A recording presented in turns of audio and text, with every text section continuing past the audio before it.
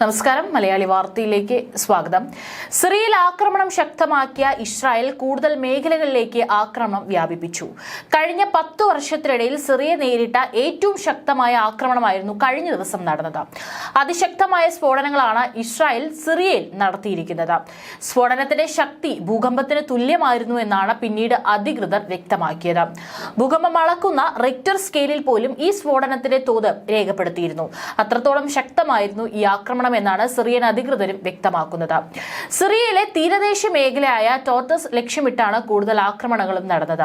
സിറിയയുടെ മിസൈൽ പ്രതിരോധ സംവിധാനങ്ങളും മിസൈൽ സംഭരണ കേന്ദ്രങ്ങളും എല്ലാം ആക്രമണത്തിൽ തകർന്നു. സിറിയയിലെ തീരദേശ മേഖലകളിൽ 2012 ശേഷം നടക്കുന്ന ഏറ്റവും രൂക്ഷമായ ആക്രമണമാണ് ഇന്നലെ നടന്നതെന്നാണ് Syrian observatory for human rights എന്ന മനുഷ്യാവകാശ സംഘടന ചൂണ്ടിക്കാട്ടുന്നത്.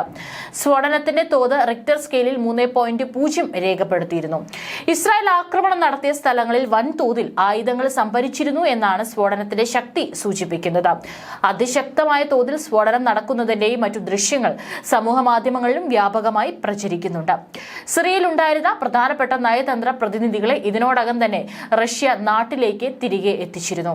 ടോർട്ടസ് മേഖലയിൽ റഷ്യയ്ക്ക് 1971 മുതൽ തന്നെ നാവിക കേന്ദ്രം സ്വന്തമായിട്ടുണ്ട്. 2015 സിറിയയിൽ ആഭ്യന്തര കലാപമുണ്ടായ സമയത്ത് അവരെ അടിച്ചമർത്തുന്നതിനായി റഷ്യൻ സൈന്യം എത്തിയത് ഇതുവഴിയായിരുന്നു. 2017 അസദ് റഷ്യൻ പ്രതിരോധ സേനയ്ക്ക് 49 വർഷത്തേക്ക് ഈ മേഖല പാട്ടത്തിന് നൽകിയിരുന്നു. 2015 മുതൽ സിറിയയിലെ ഹെമി മേഖലയിൽ റഷ്യയ്ക്ക് വ്യോമസേന താവളവുമുണ്ട്.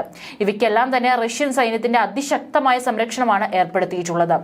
സിറിയൻ സൈനിക കേന്ദ്രങ്ങളെ ലക്ഷ്യമിട്ട് ശനിയാഴ്ച രാത്രി 5 മണിക്കൂറിനിടെ ഇസ്രായേൽ 61 മിസൈലുകൾ തൊടുത്തതായി യുദ്ധ നിരീക്ഷകരായ Syrian observatory for human rights പറഞ്ഞു. സിറിയയിൽ ആക്രമണം നടത്തുന്നതിനെ ന്യായീകരിക്കാൻ ഇനി ഇസ്രായേലിന് മുന്നിൽ കാരണങ്ങളൊന്നുമില്ലെന്നും വിമത വിപ്ലവത്തിന് നേതൃത്വം നൽകിയ ഹയാത്ത് തഹ്രീർ അൽ ഷാമിന്റെ നേതാവ് അബു മുഹമ്മദ് അൽ ജൊലാനി പറഞ്ഞു. ഇസ്രായേൽ പ്രതിരോധ സേനയുടെ ആക്രമണങ്ങൾ പരിധി വിട്ടിരിക്കുകയാണ്.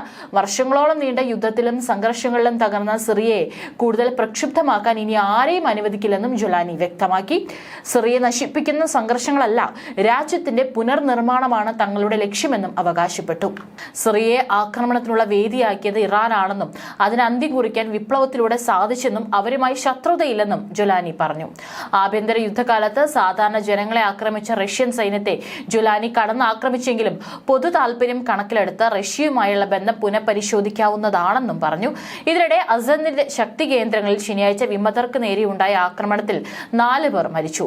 മെഡിറ്ററേനിയൻ തീരനഗരങ്ങളായ ലറ്റാക്കിയ, ടാർട്ടസ്, ബജ്ലഹ് എന്നിവിടങ്ങളിലാണ് ആക്രമണമുണ്ടായത്. തുർക്കി അനുകൂല സുന്നി സംഘടനയായ ഫൈലാഖ് അൽ ഷാമിലെ അംഗങ്ങളാണ് മരിച്ചത്. കഴിഞ്ഞ ഞായറാഴ്ചയാണ് 11 ദിവസത്തെ വിപ്ലവത്തിനൊടുവിൽ HTSന്റെ നേതൃത്വത്തിലുള്ള വിമത സഖ്യം അസദ് ഭരണകൂടത്തെ അട്ടിമറിച്ച് തലസ്ഥാനമായ ഡമാസ്കസ് പിടിച്ചെടുത്തത്.